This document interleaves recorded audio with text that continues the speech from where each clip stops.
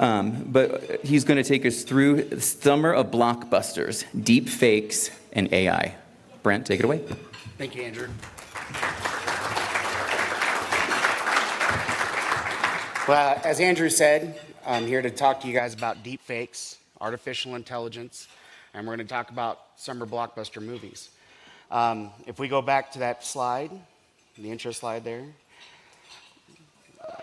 Anyway, there was the picture of me. That was made with 9 different pictures combined on an artificial intelligence platform.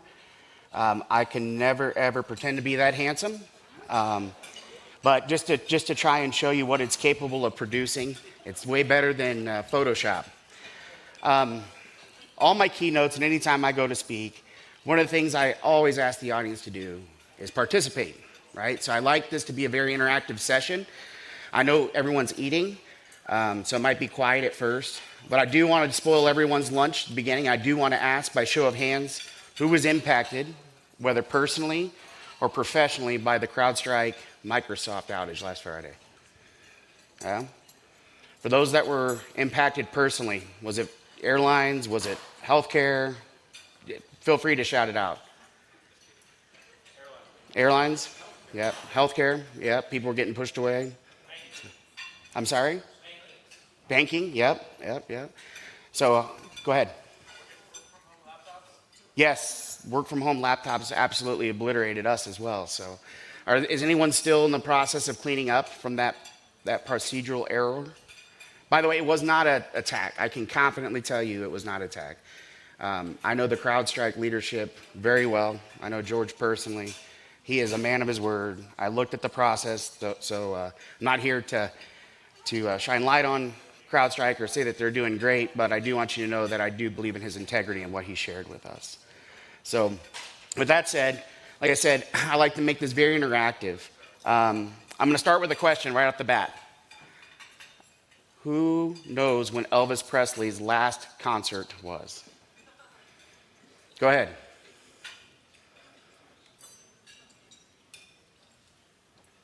Like the year? Yep, the year will work.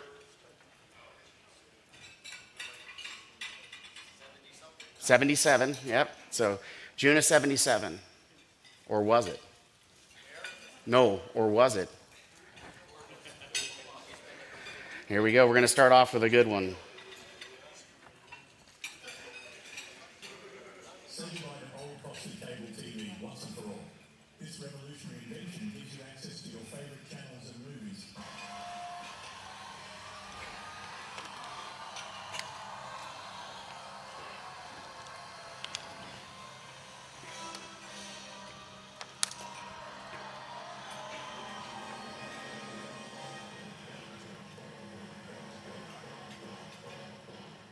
Thank you. Thank you very much. It's not showing? I am sorry about that. Here I am. I'm like, you guys are looking at me, and I'm like, the film's up here. I can't exit that mic for whatever reason. It's not letting me exit the presentation. Yeah, I did.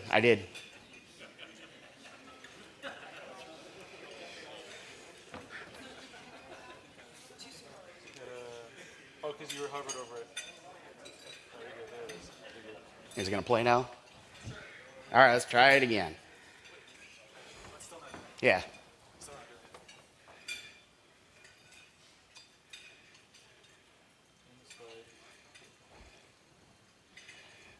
There we go. And then you might have to help me get it back up too. Where did it go? I can't see over there. Tom, Chris, and Metaphysics for having me here tonight. I have to tell you, we're going to do a couple of our biggest records now. And this first one is a love song. And as a Greek philosopher once said,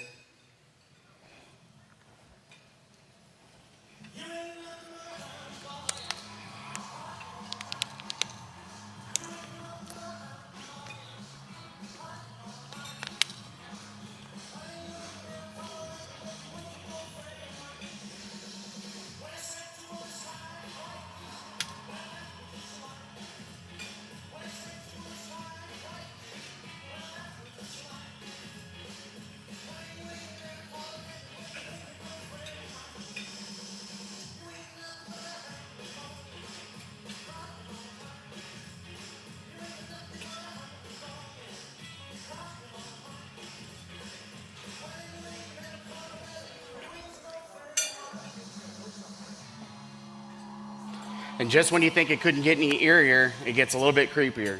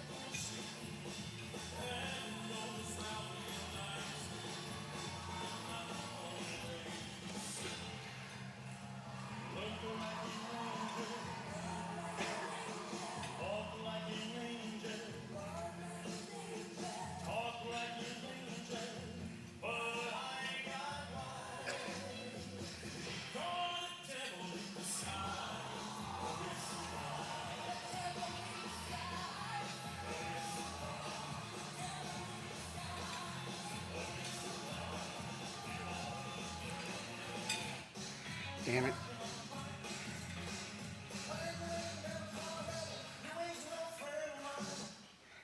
All right. Has anyone seen that before? No? Pretty interesting, wasn't it? There was some real good use of deepfake technology there. So how do you think that was made? Anyone? Or who actually made it? Meta. So they're big into that. I can't remember the actual name of the individuals, Chris Q, I think, but he's been doing that. Have you guys seen the Tom Cruise impersonations? Yeah, he's the same guy and the same technology behind it. But how almost believable is that, right? Like, I mean, you saw the double takes and just the gasp from the audience. Could this be used in a nefarious way? Does anyone know of any recent examples of this occurring? Go ahead. Warren Buffett? Yep. And why would we want to attack, or why would someone want to deepfake Warren Buffett? We know who he is, right? Everyone in the room knows the wealth of the man, right? And his investments. So would that be an attractive target for a hacker? Yeah. Could you sway markets with Warren Buffett's opinion, even if it's not him, right? So these deepfakes are a real thing. 73% of organizations now actually have a deepfake response plan that they're working with their incident response and their corporate communications teams. Does anyone in this room have a deepfake response plan? Or working with their corporate communications to develop one? Like a safe word, like a proxy statement? Yeah, yeah. So we all know what happened to our brothers and sisters over at Nova4, right? Did you guys hear about that? They hired a North Korean hacker unintentionally. We'll get to that here soon, but we can keep going with the deep fakes. There have been politicians, celebrities that have been deep faked, and again, for nefarious reasons. Taylor Swift is an example just recently. It was really bad. Obviously, she was getting a lot of headlines, and then attackers used her face for pornographic images and videos. Obviously, that's not good. It hurts her profile. I can't say that Britney Spears is doing the same. I think that's her. So, but we'll skip that conversation. All right. So Elvis has left the building, or has he? So good. At least it's keeping up this time. What can we learn from Hollywood as far as the blockbusters? What can we learn from the deep fakes? And what can we learn about the AI technology threat landscape and what it's going to do for us? Does anyone in here believe that AI is both good and bad? Yeah? We agree that we could probably solve cancer with it, right? With the large language models, with the computing. That's the issue that we're running into. I think everyone's well aware in this room, right? It's the ability to have the computing capacity for artificial intelligence. They're trying to build more data centers to keep up with artificial intelligence, and they just can't. So why does anyone care, or why does Hollywood care specifically about deepfakes and artificial intelligence? I want to open up again to the room on this one. Go ahead. You don't need actors. That is a huge, and you'll see that again later on in the presentation. Is that scary for those actors that potentially come unemployed?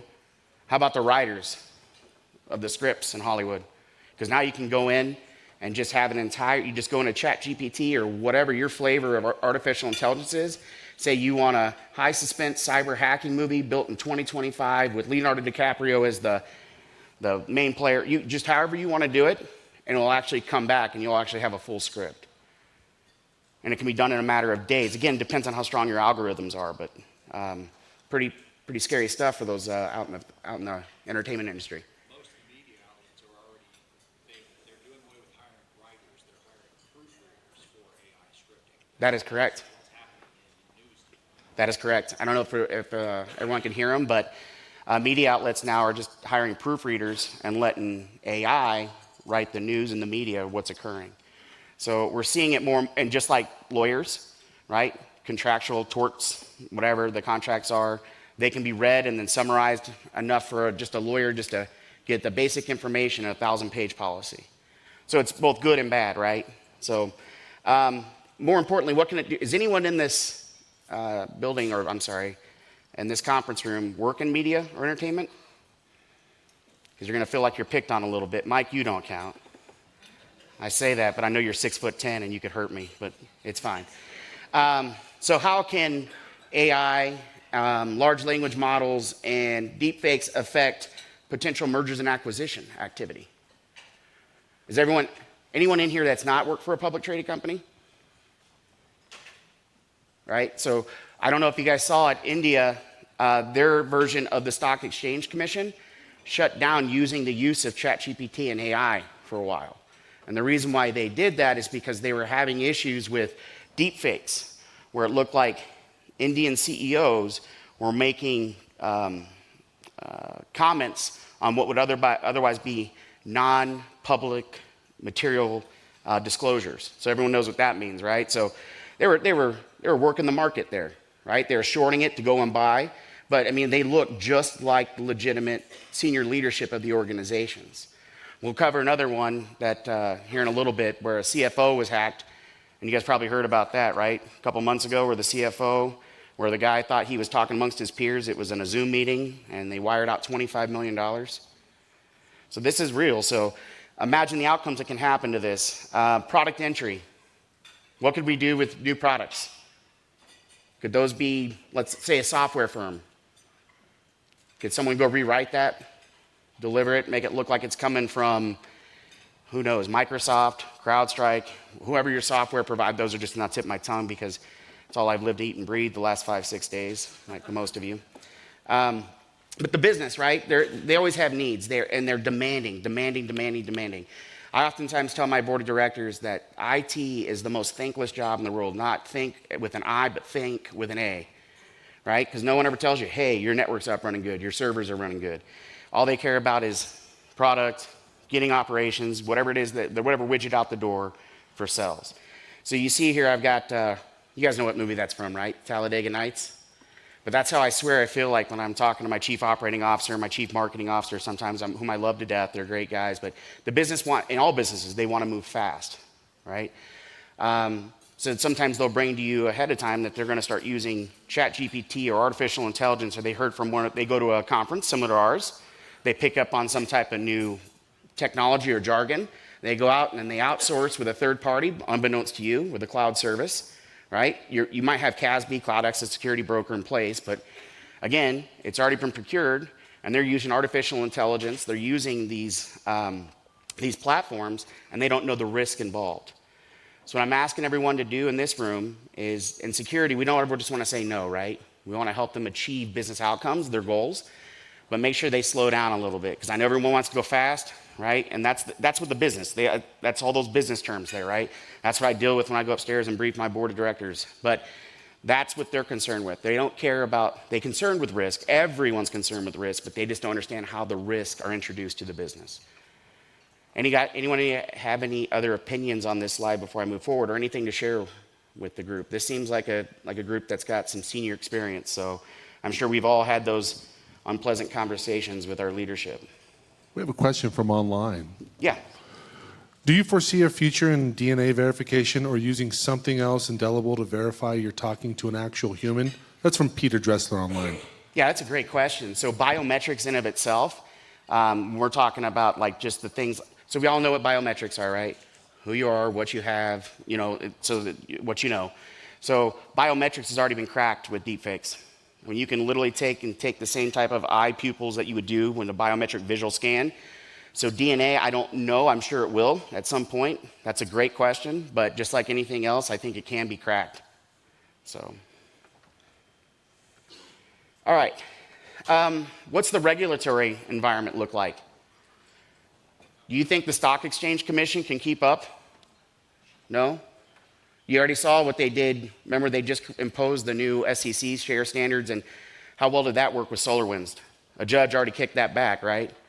So the regulatory commissions just can't keep up with technology, and we're going to continue to see these problems with, again, with deepfakes, artificial intelligence. We no longer can trust the data in front of us is real. Am I right? You remember the old Mission Impossible movies with Tom Cruise, and he just peeled off that face, or he had that thing on his throat to actually imitate the voice language too? We're there. You cannot tell anymore. I mean, just short of just knowing people's mannerisms, but even them, good hackers can go through. Think about it. You work for a publicly traded company. Every quarter, what do you guys have? Quarterly results. Do they get announced to the world, to the public? And it's usually led by your whom? Your CEO, your CFO, and your VP or your head of investor relations. So those are all recorded. And so those, after a while, right, just like I was telling you guys at the beginning, I took 9 images of myself. After a while, you can just take the same voice, even their pauses, and the platform can learn it. So we're going to talk more about learning, too, the technologies and how they learn it. So that's why it's getting so scary. So before, you used to be able to just pick up a phone, right, call and say, hey, did you really send me this? But if you've got an email, even with a wrong, misplaced number, or if heaven forbid, it's got a proxy, it's going out, it's going right into the hacker's hands, and it sounds just like your CFO or your CEO, and he's saying, yeah, we need you to push this. What's the holdup? Authenticity is a thing. We're going to have to really, really be concerned about how we validate and verify those that we work with on a day-to-day basis. I'm not here to scare you, because I think there's a lot of good with AI, but I also don't want you guys to walk out here thinking that it's going to solve everything, because it just puts another set of challenges in front of us. All right. So this gentleman here, he does a pretty good job. I'm going to stop him about halfway through, but he does a really good job for those in the room that are new, I would say, to deepfake, deep learning. We're not going to get into actual writing with Python or anything to that, but it's practical experience, it's practical application, and again, it's scary. I mean, right now we're in a scary political environment. I think regardless of what aisle you sit on, it's a pretty scary environment, and all it's going to take is one deepfake video away, and either party could hurt badly from it.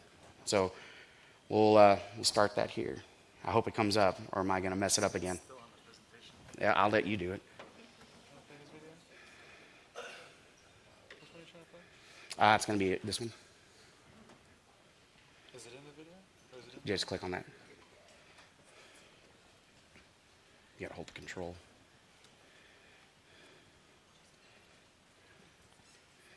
This is a deep fake. It can allow me to look like Tom Cruise, or Chris Hemsworth, or Nick Cage. These examples are pretty lousy, but check out what Hollywood is doing with this kind of tech. The past year, we've seen an explosion of easily available AI tools. It could be used to replace your favorite actors, both alive and dead. Believe it or not, that's most definitely not Tom Cruise. I love it. Confusing people about what's real and what's not. Some are even agreeing to this. Very lifelike, and it's a little spooky. I'm not sure if this is a bad thing or something that could be really cool and interesting. And the stakes are pretty huge. If this becomes more popular, it could change everything. So today we're gonna try to figure out what this is all about and whether or not this is a good or bad thing. We'll explore how deepfakes and AI in general are starting to change Hollywood, and then I'm gonna show you where this could all go by making my own AI movie. It'll make sense soon, don't worry. But first, what is a deepfake anyways? You've definitely seen them before, but how does it work? Deepfakes use a version of artificial intelligence that's known as deep learning. This is a type of AI that teaches a computer how to process data in a way that a human might. So in the case of our deepfakes, it allows the computer to predict and analyze what an image might look like on someone's face. Now, to explain the next step, I'm gonna use a specific example.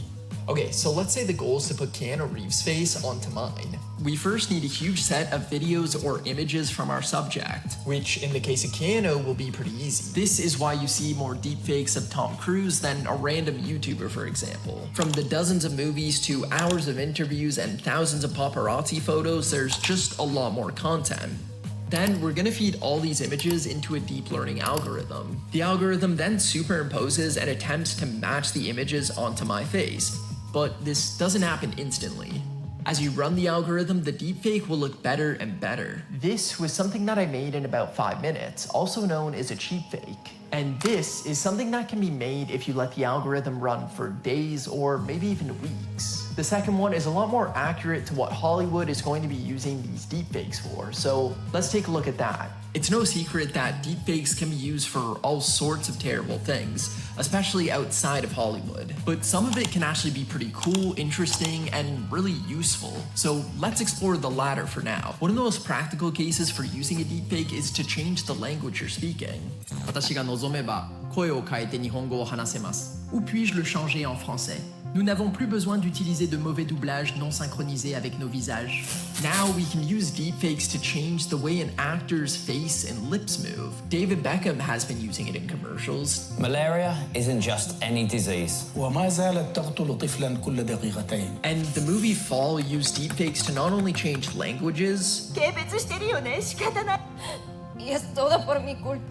but to also completely alter what's being said in English. The movie only had a $3 million budget, but it also had a ton of F-bombs. Now we're stuck on this stupid tower in the middle of nowhere. This changed the rating of the movie from PG-13 to the less desirable R rating. In the movie industry, this means a lot less money. So instead of doing reshoots, which they couldn't afford, they decided to use deepfakes, which looked like this. Now we're stuck on this stupid tower in the middle of nowhere. Stuck on this stupid freaking tower in the middle of freaking nowhere. That's kind of as good as deepfakes get in this case. As I was researching this story, I found something particularly creepy. So it's pretty interesting, wasn't that? I mean, obviously David Beckham doesn't speak those languages. It's pretty convincing that it looks like he's speaking them, right? So I want the audience to just be creative here. How can you see that being used against your organization or against your shares? Anyone? Go ahead. Zoom calls to board members. Yes. One-on-one conversations. Yeah, you can't tell the difference, can you? I mean, you saw how long it took that young gentleman that was working. It took him 5 minutes. I mean, you could tell there was something wrong with the face, and then he did one that lasted, 24 hours? You saw how much more clear it looked? Didn't even look like him, did it? Just plain bad connection. Plain bad connection is exactly what it could look like. Or how many of us are taking our Zoom calls from our car? But even the voice is, you can't tell, it's not distinguishable anymore. Go ahead. I had one who was an admin who got locked out of their account, wanted password reset. It's like, well, how do I know that you're you? If we do a video call, how do I know it's you? Yeah. Especially as we're working remote, they can't just show up with a driver's license. Correct. It's scary, isn't it? The old day used to be trust but verify. Remember that? Remember that old expression, trust but verify? I don't think we can trust anymore. Go ahead. Isn't that how they got into MGM? Correct. Yep. The casinos, and that's exactly what they're doing. It's happened across all industries. One of my peers, it sounded just like a tech support, like the guy that worked in IT. Again, I'm going to leave their name out, but this literally just happened last year. You can look it up if you need to. But so it sounded just like, their CIO calling up, and it wasn't the CIO guy that hacked, but I'm just saying it sounded just like that individual. And they actually got his token, which affected his multi-factor access, right? His MFA from everything. All right, anything else before we go further? It seems like there's some good ideas, but people out here in the audience have already experienced them, right? It's scary stuff, that's for sure. All right, go back to presentation. Well, there we go. Okay. All right, here's what I was talking about earlier. So this individual was on a call, and they basically took previous recordings, the hackers did, of the senior leaders in a business office discussing business information, and then they just redid the entire narrative. But to the poor guy that actually went ahead and transferred the $25 million, he didn't know. He thought he was literally working with his peers, to include his CFO. Because the CFO, who's seen actual video images or film of it? No, it's pretty eerie. It looked just like the CFO giving him specific instructions to make the wire transfer. Back in the day, we used to call that what? Business email compromise. You guys remember how big it still is for those that aren't putting the right defenses in. End user education, training, and awareness. It always comes down to that, right? We've got to put more processes and controls in place around training the human. Social engineering is going to work every time, right? What is it? 93% of all attacks start with what? A social engineering attempt. I think that was the last stat that I saw. So again, we just have to trust, I used to say trust but verify, but I can't trust anymore. Now I verify and validate, right? That's the way we have to start looking at it with this deep fake technology and AI. I know it sounds like it's horrific, and I'm not saying that we're going to have any type of doomsday scenario where Arnold Schwarzenegger is going to come in as the Terminator and take over. AI is we're never going to get to that point. But we have to train users to be able to see the deception and the fraud and the request, right? So, and again, these are the things that it can affect. Risk, funding. So now that organization's out $25 million, now they got to go make a statement with their version of the SEC, right? Now they've lost trust and confidence from the public or their shareholders. So there's a lot of fallout, right? And again, just to go back, and again, this wasn't just it was not a cyber incident, but look at CrowdStrike. Their shares went down. I mean, just today it dropped another. I mean, now all their peers, they used to just destroy their peers when it came to share price, but they've dropped down to all their rivals. And that was as of this morning. So little things like this, one incident, one bloop, one hiccup can cause significant issues in the industry and in your shareholders and with your shareholders. Don't we love that question? How many of us always get the question, hey, we're secure though, right? We just bought $800,000 worth of firewalls. You just put in another $10 million in DLP, data loss prevention technologies and solutions. But they think those are silver bullets. I always tell the business, hey, the only silver bullet we have is just go unplug from the internet. We can do that. But is that a way to move in business today? Is that a business model anyone wants to work with? No. So we're just going to have to stay on the edge, educate ourselves and educate our users, right? And educate our business leaders. Don't go to them and talk about the TTPs, tactics, techniques, and procedures of how this is happening. But do show them clips. You guys can steal from this presentation. Show them what's occurring. This is actually occurring every day. All right, so I don't know how well you guys can see that. I'd really wanted to blow them up, but if you look, those are statistics that talk about synthetic identity fraud, what's already occurred, and what people believe is going to happen. The blue bars are the ones that have already occurred, and the gold or the yellow are the ones that end users or the respondents to this survey believe will happen. Does anyone in this room think that their organization is resilient enough to survive a deep fake or an AI type of attack? I know I can't. I don't believe anyone can say that confidently, especially with a resource, like a state-sponsored resource, right? Say a North Korea, a China, a Russia. They've got all the resources in the world to come after a small organization, and we've seen it. So the question I have is, should we be concerned? The answer is yes, obviously, but we should also embrace it and we put around controls. That's what we've done. I mean, most of us in this room, I'm just, again, gauging 20, 30 years, a lot of us in the IT industry, right? Doing engineering work. So every technology that we thought was going to take us down, we've ended up embracing, we put controls around to still make us competitive. Not only as a country, but also as organizations, from our own organizations, I should say. All right, here's the one. Got one of our own. Sorry for the typo there. Should have been one of our own. Do you guys know what this was? So this is know before. So know before. Who knows what know before is? Go ahead. For cybersecurity specifically, right? They actually talk about how they can defeat deepfakes. They have a blog, which is actually good. And again, we're all human, right? Just like I shared personally with George, I was like, hey, shit happens sometimes. Just like with know before. No one can sit there and pump our chest and say it's not going to happen to us. Because, I mean, you can see this is a leading cybersecurity education provider that got hit. So again, what you can see here is that they needed a principal IT software engineer that they said could work remote. This person posted the resume, got the keywords. I mean, looks outstanding on paper. Passed background processes, background clearances, HR process, right? Even for, hey, do you have anyone that could speak on behalf of you? Like, went through. So it went all the way through. Once the laptop was delivered, and it should have been another red flag, right? If I'm saying I work here, but I'm delivering the laptop to North Korea, you better believe I'm having my IT guy sit in front of me explain to me, what made you think they live in North Korea? When it said Cherrywood, Texas. You got to be concerned. So there was a lot of things that were missed here, is what I'm trying to share. So it can happen. But long story short, once the individual on your right, because that's a stock photo that he took from an AI platform and just put his face in there. Once he got the laptop, he powered it up and then began immediately downloading malware on the machine. Obviously, he has admin access, right?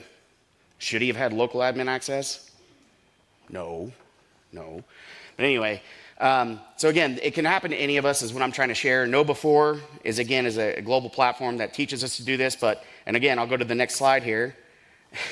You can actually see this is actually on their board there, their blog. And the key focus here is those bottom left words, right? For those that can't see, reality hijacked isn't just a title, it's a wake-up call. The advent and acceleration of Gen AI is redefining our relationship with reality and changing our grip on the truth. Our world is under attack by synthetic media. We've entered a new era of ease for digital deceptions. From scams to virtual kidnappings to mind-blowing mass disinformation, experience the unnerving power of AI that blurs the lines between the truth and fiction. You guys have heard of the campaigns where it looks like someone in your family's been kidnapped? They can actually mimic their voices because a lot of kids out there put TikTok videos out, right? Just how much content's out, and they make it public. So now hackers or people that are trying to hurt you or your family can make it look like they have your child. And your kid could be crying in their voice. And so what do you think happens? They're trying to put together some type of ransom or a deal, right? It's kind of scary out there. So again, that's why it's blurring that line between reality and truth. Again, not trying to scare anyone. I'm just giving you guys real-world implications that have occurred. Okay, our defenses, are they right? So what are the first things that we would think that could defend against deepfakes or AI attacks? Just go ahead, anyone in the room. Traditional firewalls still work, believe it or not. How about web security gateways? You think they would work? Yeah, except for those hackers that are sitting on domains, right, that otherwise you wouldn't have blocked. Physical security, yep. I'm sorry? Endpoint security, right? So an EDR type of solution, endpoint detection response. Most of us have SOCs that we've outsourced, right? Security operations centers, but they can still be missed, is my point. At the end of the day, it comes down to making sure that we have user education and training. And again, I know we just blew the whistle on know before, but even that platform can still help. In Italy, they actually banned ChatGPT as a country. and then realized that they were falling behind in the tech pool and then reopened it up a month later. I'm not saying that's something that we would advocate.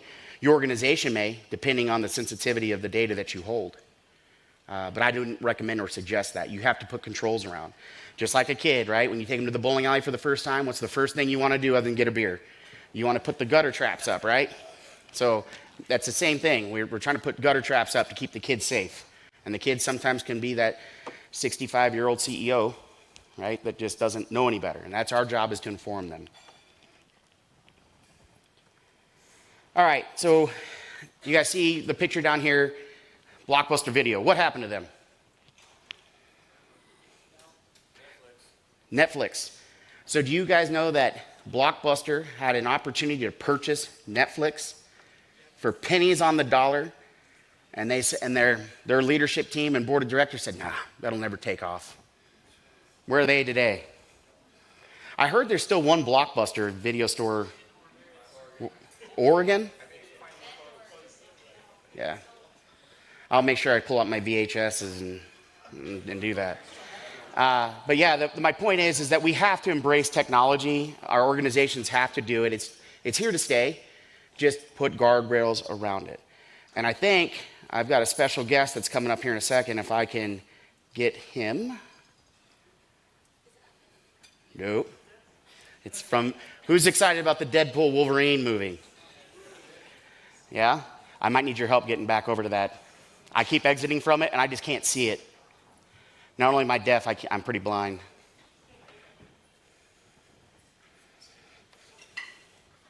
So, this message from Deadpool, you guys are going to love it. It speaks directly to each of you in the audience. It's got you will not be able to tell the difference that Deadpool in reality was me. Yeah, I made this up. So, I need to go back to the Internet Explorer, I do need a beer. Like, my brain's... Netscape, yeah. Go to down here on the left. Yeah, that. Perfect. There we go. Okay, perfect. And then I'll get it, yeah.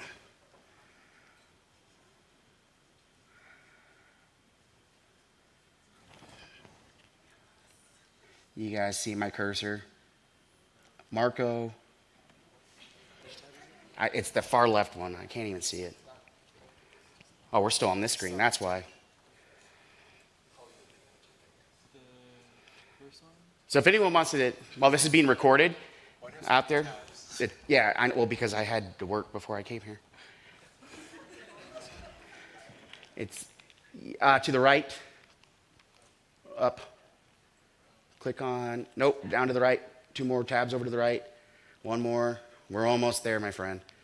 1 more, I think. There it is. Nope, there it is. All right, all I need you to do is click that little play button down at the bottom. All right, this is a message from Deadpool. Just the play button. It's hard to see, isn't it?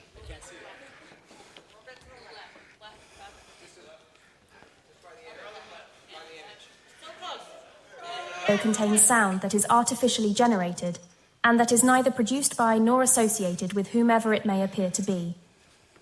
Generate your own at voicedub.ai.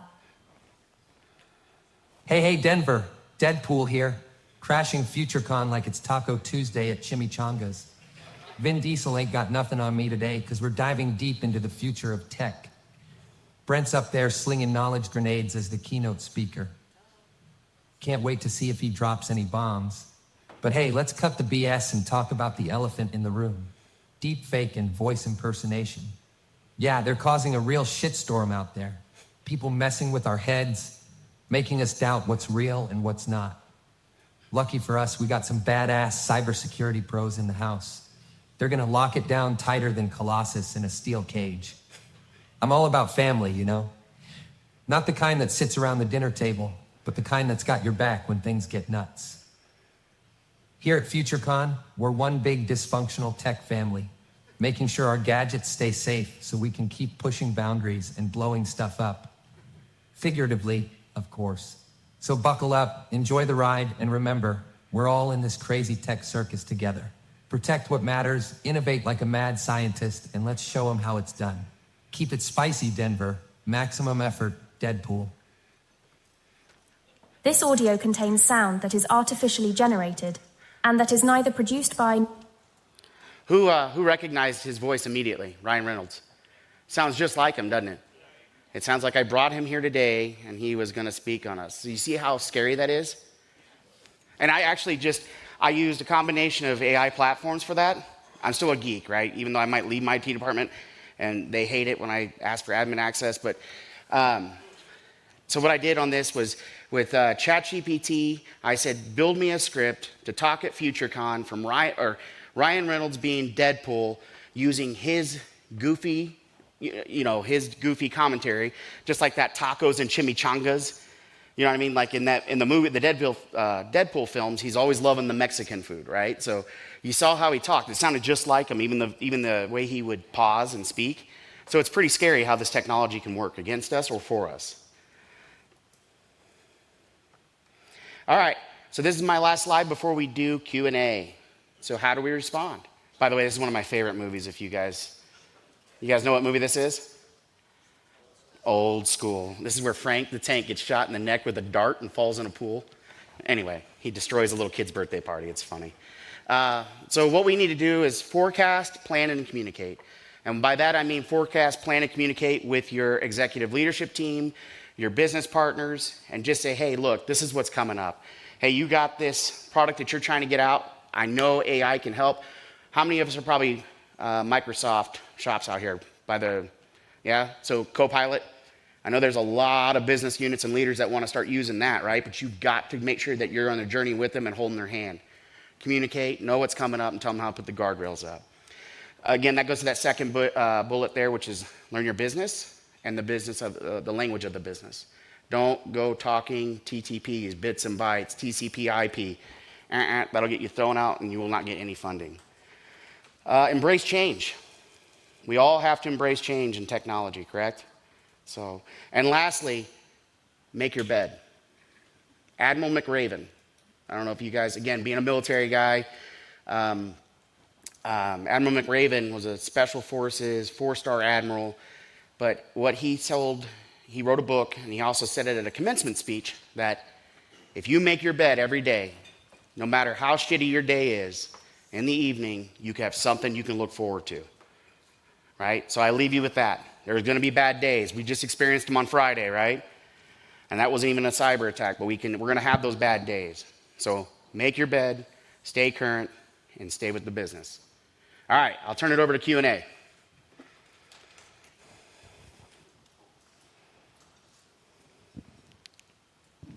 So you mentioned guardrails a couple times. So how do you feel about the framework that NIST came up with for AI risk management? Mm-hmm.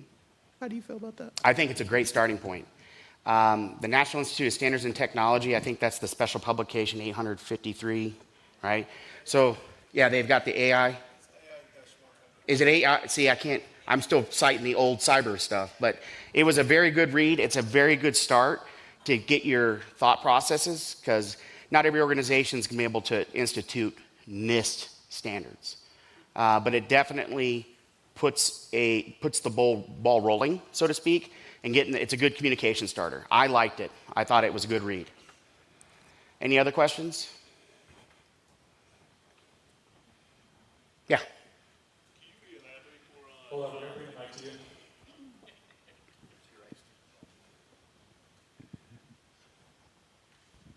Can you elaborate more on how can there be weakness in I saw you have up there Google Authenticator where you can trust, but you can't really trust, but you can verify. Yeah. So trust but verify. So Google Authenticate, I'm not going to pick on just Google, but all MFA, Okta included, can be hacked. Why is that? SIM lines can be changed, voice recognition, because MFA is part of that, voice recognition, even biometrics. So there's always going to be weaknesses in MFA, always. Now, do I say that every organization should be deploying it? You better believe you're getting north to south for me, because if not, you saw what happened with Snowflake, right? We can talk about these hacks all day. But yes, that's what I meant by it. Every technology, and it's not by design. That's the worst part. You're not trying to design insecure products. You're trying to design secure products, but we're human. So we're inevitably, someone's going to find a fault in that code, and they're going to exploit it. So that's what I meant by that. Yeah. So in talking about deepfakes and organizations being hit, sometimes they don't know that they're under an incident. So incident response is sometimes you're kind of backtracking when a deepfake is targeting a user in an organization. So what would you recommend for smaller companies, maybe in the startup, maybe a little past startup, that 50 to 100 employees? How can they exercise precautions or ways that they can? Because I know that my organization it wasn't necessarily deep faking, but it was just smishing, Yeah. What are good tactics beyond just training that you can recommend for these organizations to take? Right out the bat, user behavior analytics. So once because and AI helps here, right? Because it's going to build a foundation of knowledge of how this user accesses. That will start to know that at 8:15, this user logs on. At 8:45, he or she steps away to get a cup of coffee and is back on by 9. Then scrolls over to MSN or CBS or whatever news flavor of the day, and then has lunch by. It starts to recognize the patterns. So that's what I mean by getting that end user behavior analytics inside your environment. It can be costly, but it is worth it. I had an employee the other day that looked to be trying to log in from Albania. Yeah, so what do you think? Do you think that got through? No, because we knew that employee was based out of our Australian offices, had no business logging in from Albania. There was no travel. In fact, they had logged in that day from Australia, so got blocked. Any other questions? Yeah. So short of intrusive ways of doing things like behavioral analytics, which companies can use for other purposes too, right? What are some good external measures that one can take to counter these deep fakes? So, some of the standard, one of the things could be IP ranges if you are in a B2B situation, right? But like those, are there similarly AI defense tools available in the market that can be deployed to counter these deepfakes and detect them? There are. And I try and stay away from using specific vendor names when I meant, but one of the ones that I've used in the past that helped me is ZeroFox. I don't know if you guys are aware of that organization, but it's got so I use CrowdStrike's intelligence capabilities too, which helps me out tremendously because, again, they can tell me, what you're talking about, I can go out there and block .ru domains, right, or anything. So I basically geo-block, geo-fence them. But those deep fakes, when it's coming into the organization, I've got intel and I've got what's also called Deep Watch. I don't know if you guys have heard of Deep Watch, but they're monitoring for that type of behavior in my environment. Now, for you as an individual home user, it's hard to say.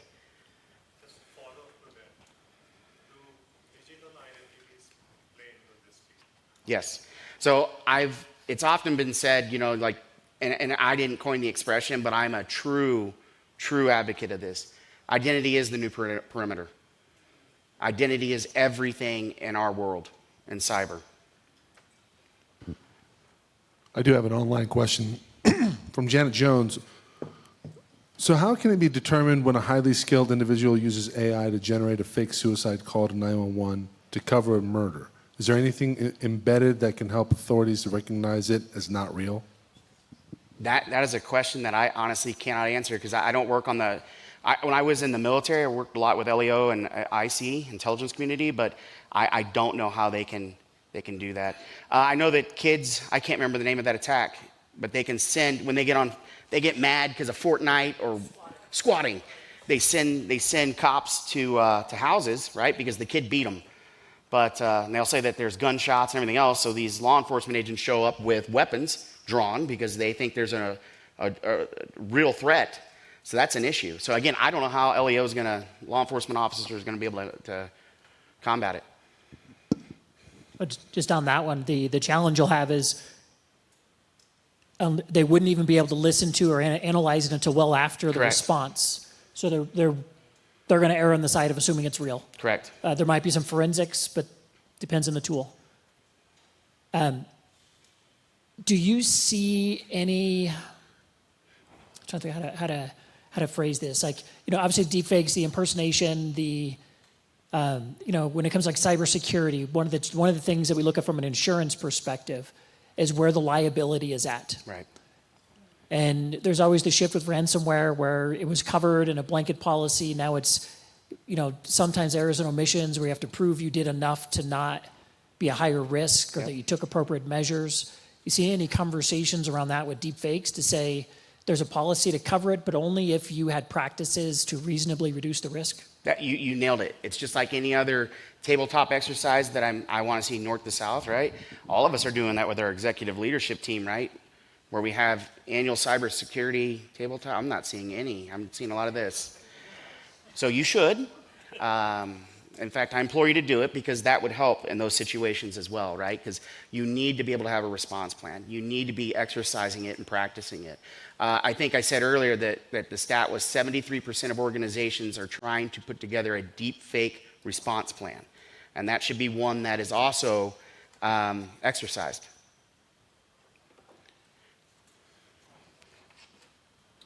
I think there's...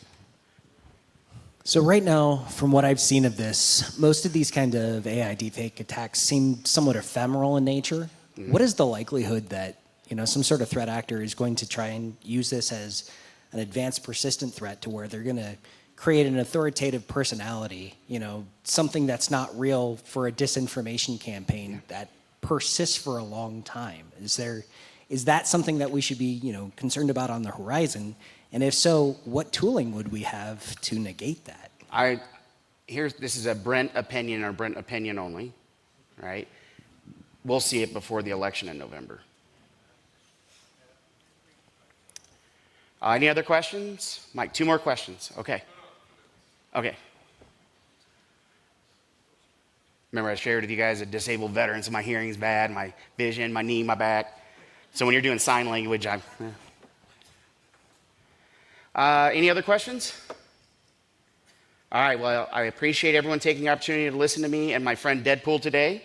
And I wish you the best, and I hope to have a beer with you guys if you're out mingling. Take care.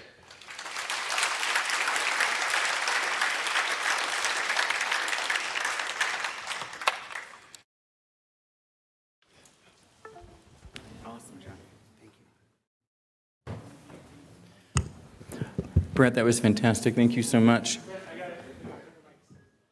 So we are going to go ahead now and go on a 30-minute break. So we will